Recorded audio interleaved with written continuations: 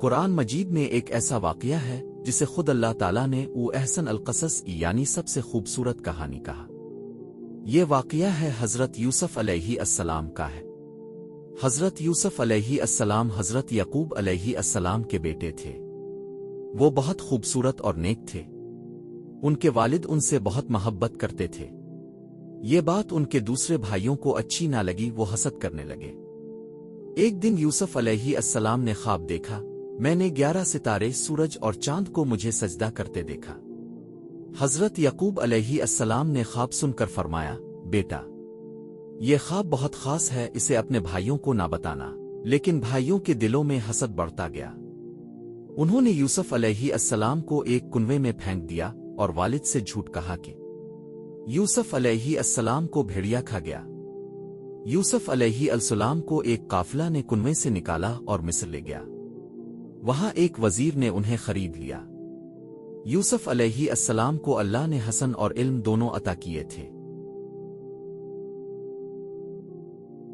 انہوں نے اپنے اخلاق، صبر اور ایمان سے سب کو متاثر کیا۔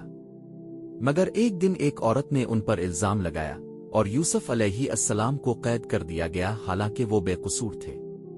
قید خانے میں بھی یوسف علیہ السلام لوگوں کو اللہ کی طرف بلاتے رہے۔ ایک دن بادشاہ نے خواب دیکھا اور کوئی اس کی تعبیر نہ سمجھ سکا۔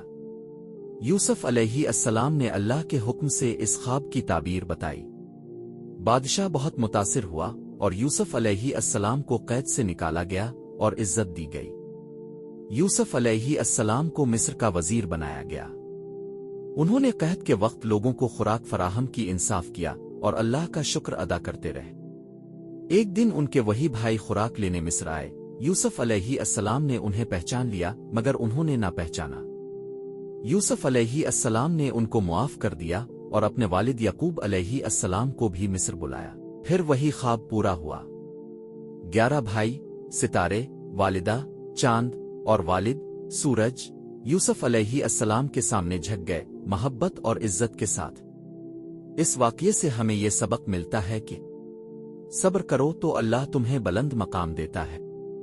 حسد نقصان دیتا ہے، محبت اور سچائی نجات ہے۔ اللہ ہر حال میں اپنے بندے کے ساتھ ہوتا ہے۔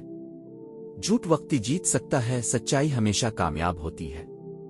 پیارے دوستو، اگر ویڈیو پسند آئی ہو تو JR کریٹس کو سبسکرائب کرنا نہ بھولیں۔ اللہ حافظ۔